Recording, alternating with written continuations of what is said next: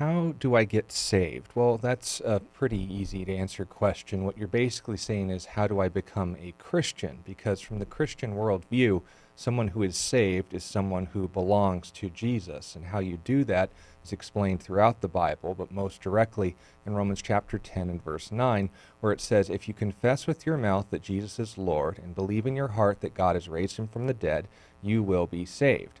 Now, in that, along with many other passages, there are truth statements that you would affirm personally, mentally, and of course practically in your life that acknowledge the historical figure Jesus of Nazareth, not just as a real person, but because of what he said and did in history, proving that he was the God of Israel, that you recognize him as deity. That when he died, he did so for you in order to redeem you back to himself because of the ways we've all deviated from our character and God's. That's the definition of sin.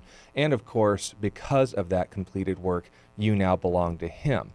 Faith is, of course, a word that's oftentimes used, but it just means trust with reason.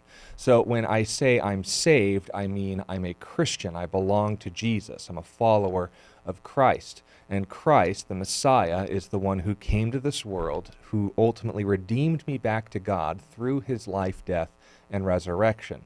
If you affirm all those things, not just as a historical fact, but for you personally, the Bible says that you are saved.